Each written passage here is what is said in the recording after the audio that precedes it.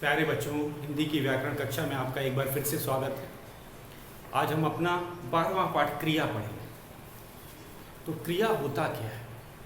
क्रिया वो शब्द होते हैं जो हमें किसी काम के होने या करने का बोध कराते हैं।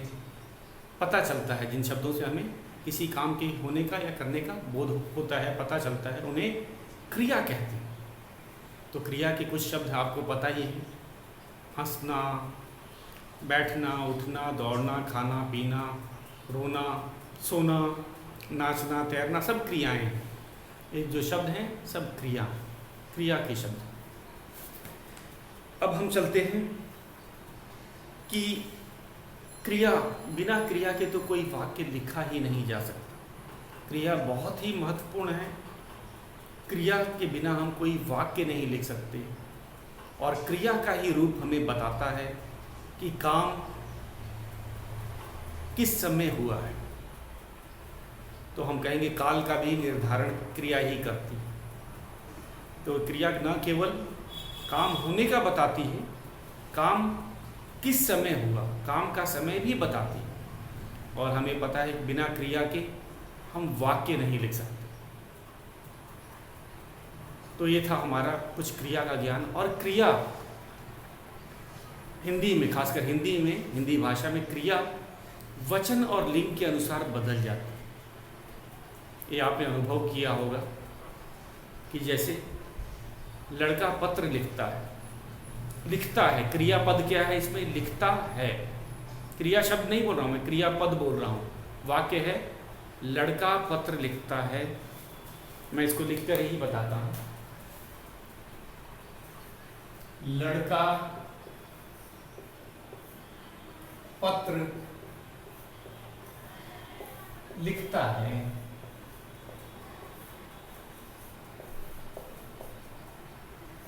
तो इस वाक्य में क्रिया जो पद है लिखता है, हमें लिखने का पता चलता है। किसके अनुसार? परिभाषा।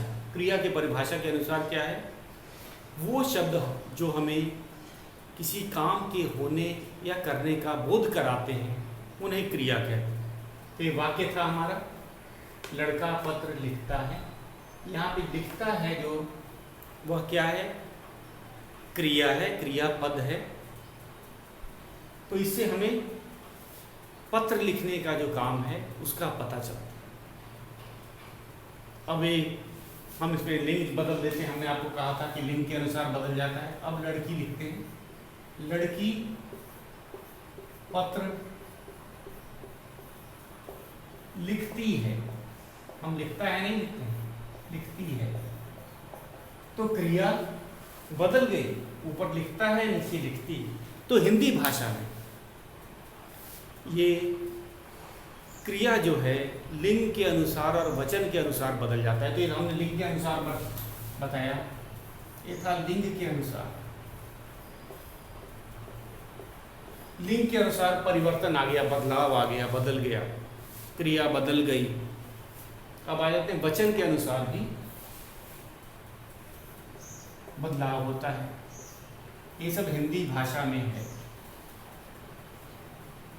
एक वाक्य बनाते हैं। पेड़ से पत्ता गिरता है, पूर्ण विराम।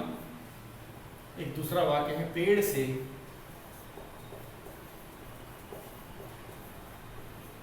पत्ते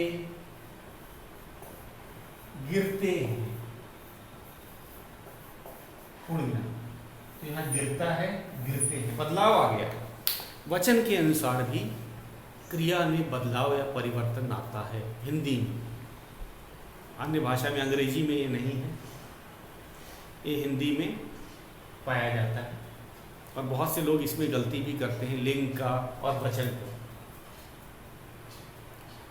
बांग्ला भाषा में आपने देखा होगा, लोग बोलते हैं कि वो बोलते हैं मेरी लड़की पत्र लिखता है, क्योंकि वहाँ पे उनके भाषा में ये परिवर्तन नहीं आता। तो ये सब उदाहरण है हिंदी में। तो हमने देखा क्रिया लिंग और वचन के अनुसार बदल जाती है। तो क्रिया बहुत ही महत्वपूर्ण है। ये केवल हमें किसी काम के होने या करने का नहीं बोध कराती है, बल्कि उसका समय भी बताती है कि किस समय ये हुआ। और बिना क्रिया के तो कोई वाक्य लिखा ही नहीं जा सकता। हम बिना क्रिया के कोई वाक्य लिख भी नहीं सकते। तो ये था बच्चों क्रिया का महत्व। और परिभाषा हम शुरुआत करेंगे परिभाषा से ही। और परिभाषा में कोई बदलाव नहीं है, जो आप क्लास दूसरी कक्षा से पढ़ते आ रहे हो ठीक वही है। तो हम लिखते हैं परिभाषा। जो शब्द किसी कार्य के करने या होने का बोध कराते हैं उन्हें क्रिया कहते हैं। क्रिया की परिभाषा बहुत ही सरल है, कोई बदलाव नहीं एकदम। तो इसको पहले हम लोग परिभाषा से ही लिखते हैं। ये तो हमने आपको क्रिया का महत्व बता दिया। तो शुरुआत करेंगे क्रिया की परिभाषा से।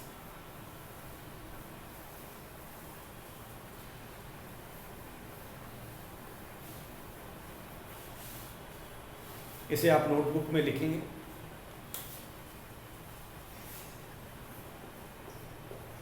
परिभाषा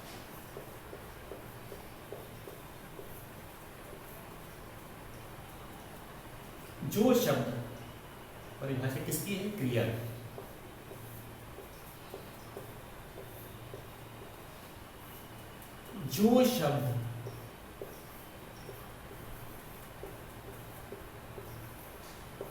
जो शब्द किसी कार्य के, किसी कार्य के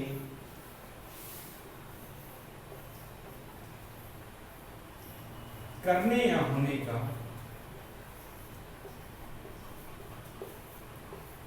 या होने का बोध कराते हैं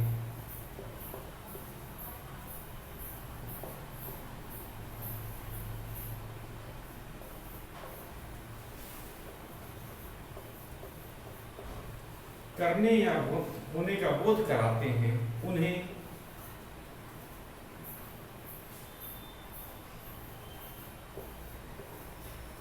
क्रिया कहते हैं।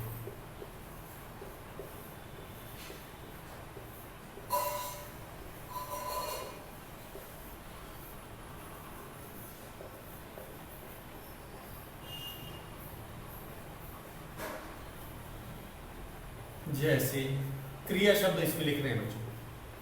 क्रियापद हमने वाक्य में लिखा था, यहाँ क्रिया शब्द लिख रहे हैं। जैसे चलना, सोना भी क्रिया है। सोना, लिखना,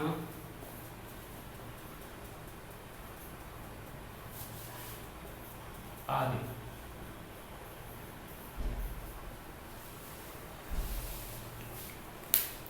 तो क्रिया की परिभाषा बहुत ही सरल है, जो हमने अपनी पिछली कक्षाओं में हमने पढ़ा था। जो शब्द किसी कार्य के करने या होने का बोध कराते हैं उन्हें क्रिया कहते हैं। तो क्रिया वो शब्द होते हैं, क्रिया शब्द होते हैं, जैसे हमने अभी वाक्य में आपको बताया था। ये सब शब्द होते हैं जो हमें किसी काम के करने या होने का ज्ञान कराते हैं, बोध कराते हैं, उन्हें क्रिया कहते हैं। और ये सब कुछ क्रिया शब्द हैं, चलना, सोना, लिखना। ये थे हमारे क्रिया की परिभाषा। इसमें कोई बदलाव नहीं आया, जैसा कि आप देख रहे हैं। अब हम वाक्य में क्रिया की पहचान करें। ये तो क्रिया शब्द थे, ये सब बच्चों क्या थे? क्रिया के शब्द हैं।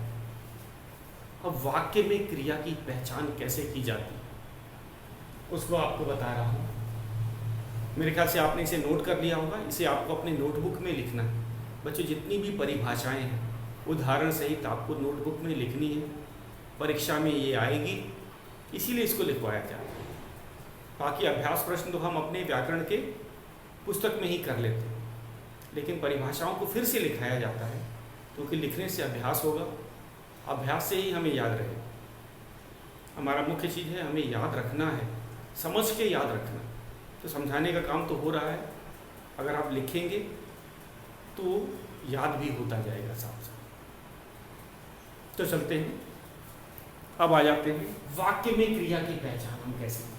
शब्द से तो हमें पता चल ही जा रहा है कि उठना, बैठना, चलना, रोना, सोना, खाना, पीना, ये सारे क्रिया शब्द हैं।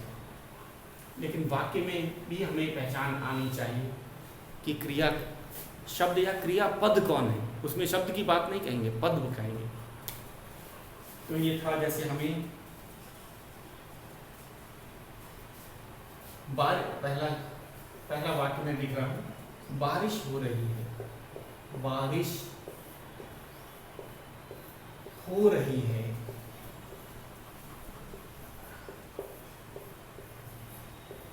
पूर्ण विराम। एक दो वाक्य और लिख देते हैं। मेज पर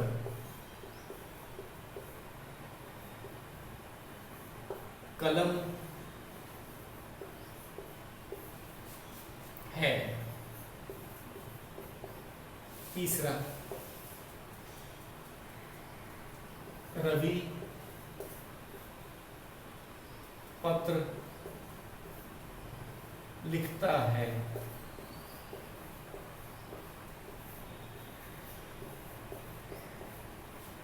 चौथा,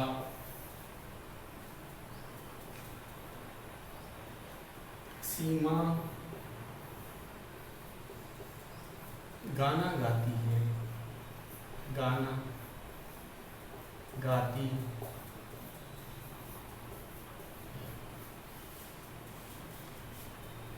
तो बच्चों यहाँ पे है हो रही है।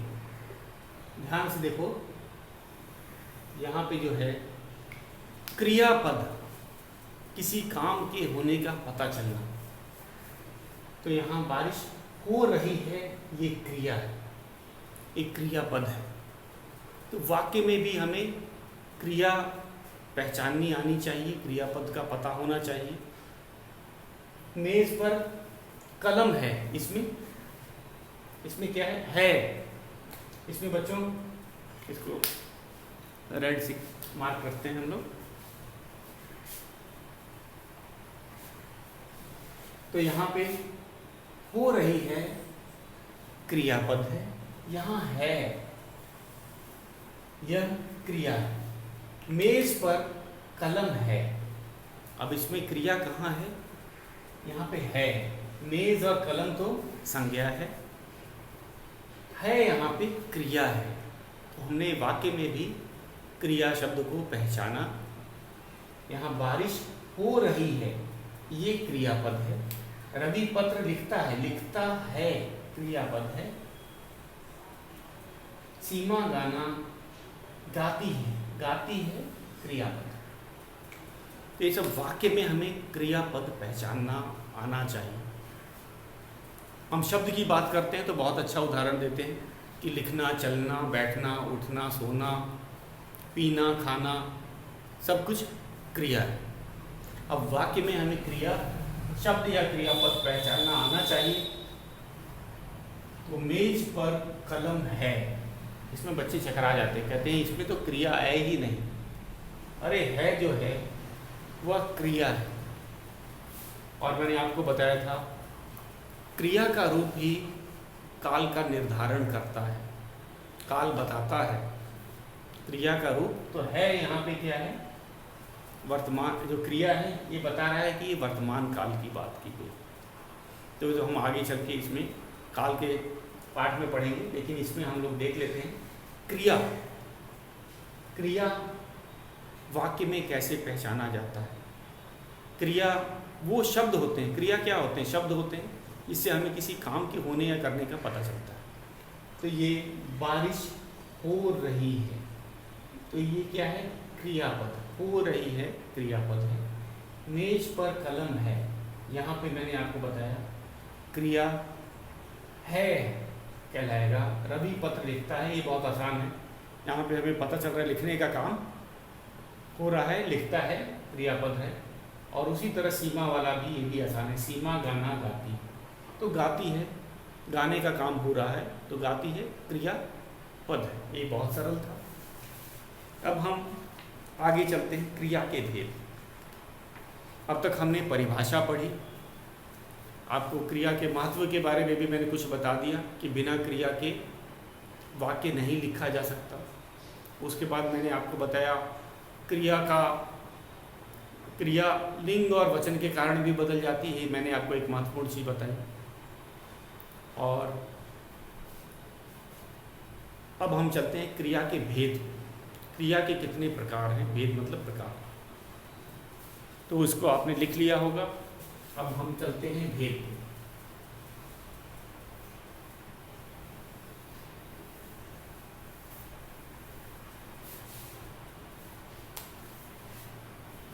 क्रिया के भेद,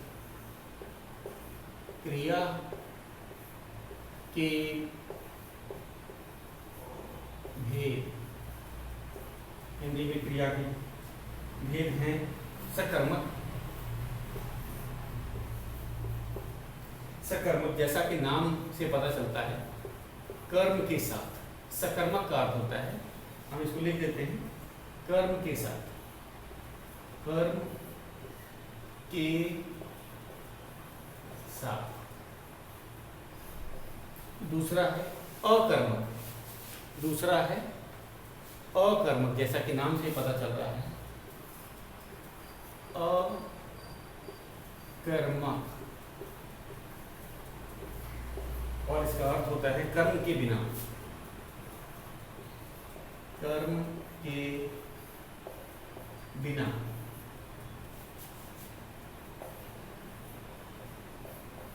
अकर्मक होता है कर्म के बिना, सकर्मक कर्म के साथ। तो ये हिंदी में क्रिया के दो भेद हैं। तो हर वाक्य में क्रिया होना, अभी आपको इसकी परिभाषा 5वीं कक्षा में दोनों की, अकर्मक और सकर्मक की क्रिया होगी। आपको वाक्य में से सकर्मक और अकर्मक क्रिया पहचानना होगा। ये कक्षा पाठ का है। अभी तक हमें इनके भेद का पता होना चाहिए कि क्रिया के दो भेद होते हैं, सकर्मक और अकर्मक। सकर्मक का अर्थ होता है कर्म के साथ और अकर्मक का अर्थ होता है कर्म के बिना।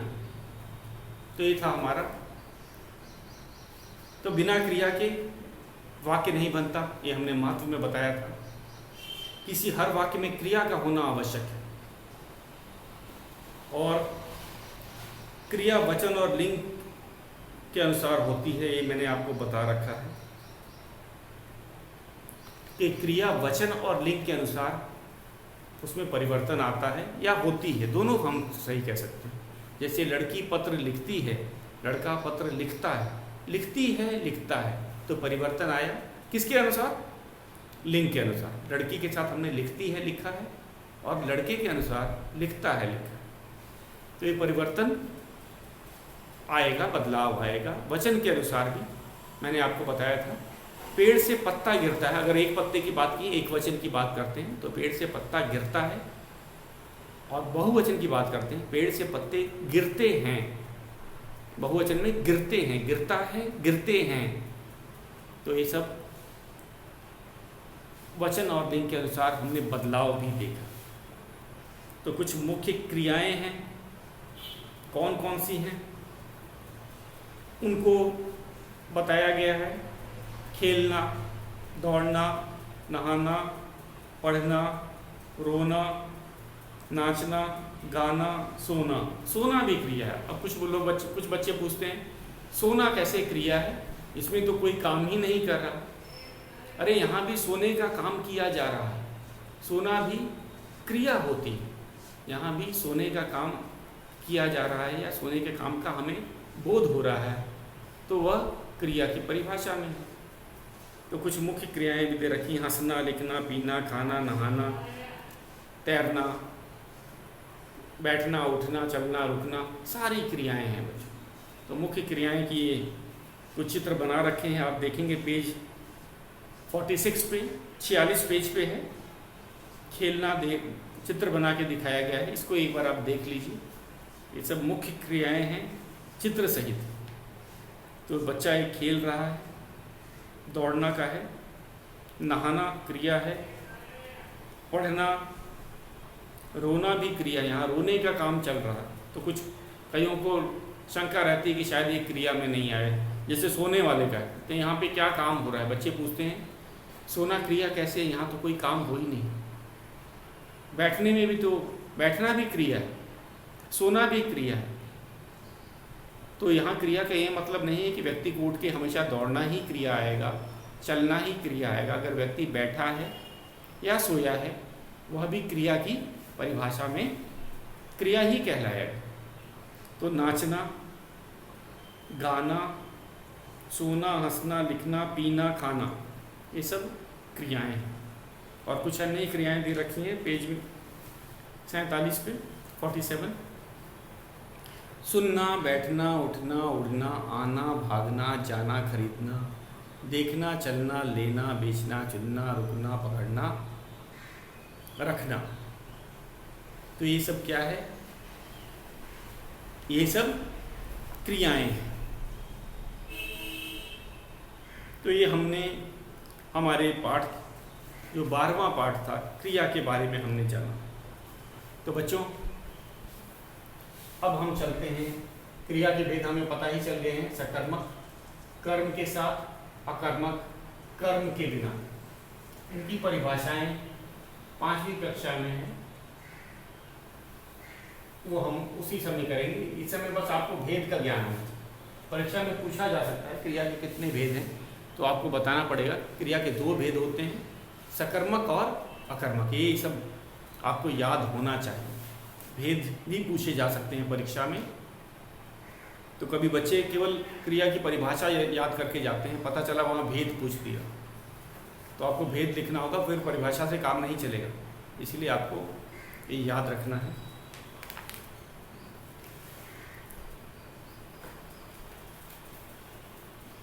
तो हम 1-2 आपको उदाहरण देते हैं कि क्रिया का वचन और लिंग कर्ता के अनुसार होता है। क्रिया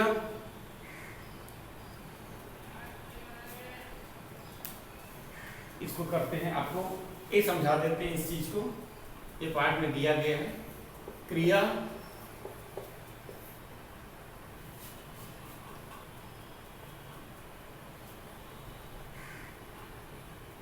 कर्ता के,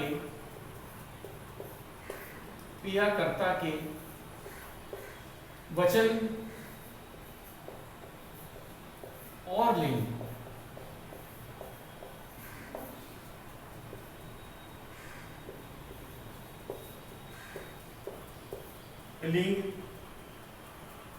के अनुसार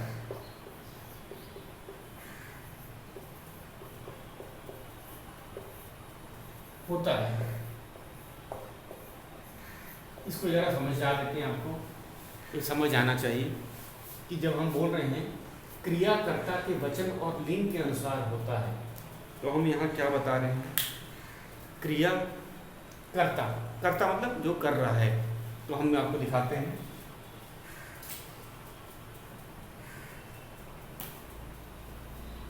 लड़का खेलता है,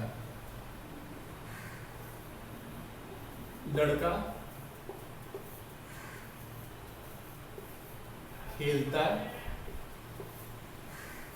है, ये वाक्य है। दूसरा हम लड़की खेलती है। तो यहाँ पे बच्चों परिवर्तन जो आया है, खेलता है, खेलती है, यह लिंग के अनुसार है। क्रिया बदल गई, क्रिया किसके अनुसार होगी, कर्ता। यहाँ कर्ता कौन है, लड़का।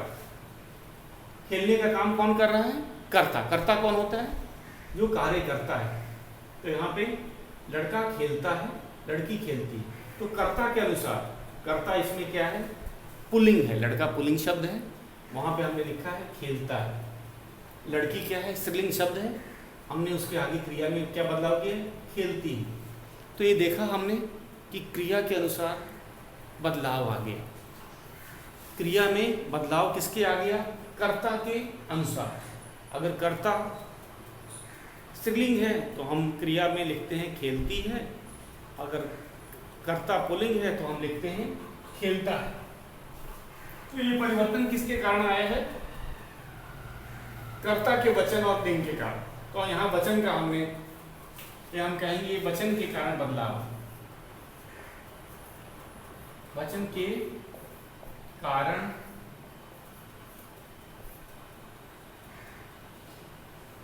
के कारण ही बदल गए, परिवर्तन। अब दूसरा है, हम लोग चलते हैं एक और। अब लिंग के अनुसार कैसे बदलाव आता है। अरे हमने वचन लिख दिया, यहाँ लिंग है, वचन के हिसाब से करना है। यहाँ लिंग है ना, लड़का और लड़की क्या है, लिंग के अनुसार बदलाव हुआ है। किसमें बदलाव हुआ है, क्रिया में, लिंग के कारण। अब हम वचन के कारण करते हैं।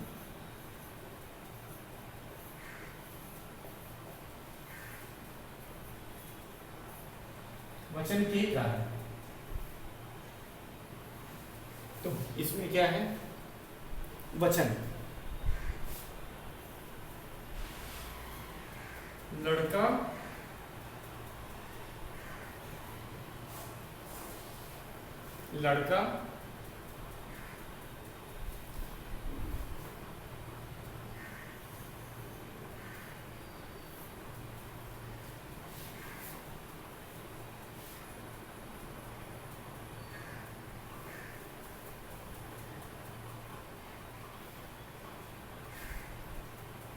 एक वचन की पहली बात करते हैं, लड़का और लड़के अब करते हैं। लड़का खेलता है,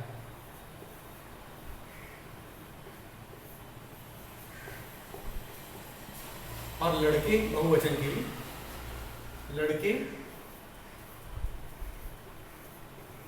खेलते हैं। तो बच्चों इसमें भी बदलाव आया। कर्ता क्या है, लड़का, यहाँ कर्ता क्या है, लड़के। तो यहाँ बदलाव आया वचन के अनुसार। एक वचन में हम लिखते हैं खेलता है, और बहुवचन में लड़के खेलते हैं। तो ये परिवर्तन क्रिया में आ गया। या हम ये भी कह सकते हैं कि क्रिया कर्ता के अनुसार उसमें बदलाव आता है। क्रिया में कर्ता के अनुसार और बदलाव आता है, कर्ता के वचन और लिंग के अनुसार। फिर से एक बार बच्चों ध्यान से सुनना है। क्रिया में जो परिवर्तन या बदलाव आता है, कर्ता के वचन और लिंग के कारण आता है। ये उदाहरण बहुत अच्छा हमने दे रखा है, यार ध्यान से इसको देखो। लड़का खेलता है, यहाँ हम लिंग की बात कर रहे हैं, लड़का और लड़की।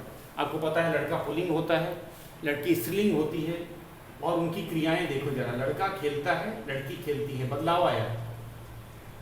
खेलता है, खेलती है, ये लिंग के कारण बदलाव है। अब आते हैं वचन के कारण। वचन क्या होता है, एक वचन और बहुवचन। तो एक वचन का देखते हैं, लड़का एक वचन है, लड़का खेलता है और लड़के खेलते हैं। एक वचन से बहुवचन है तो वहाँ पे खेलते हैं, तो यहाँ भी बदलाव आया। यहाँ हमने देखा लिंग तो एक है, लेकिन वचन के कारण भी बदलाव आ गया। तो ये था, हम कहेंगे ये क्रिया के बारे में हमने जान लिया, क्रिया की परिभाषा हमने सीखी, क्रिया के भेद के बारे में पता चला, क्रिया का महत्व हम जान गए हैं कि बिना क्रिया के कोई वाक्य पूरा नहीं हो सकता।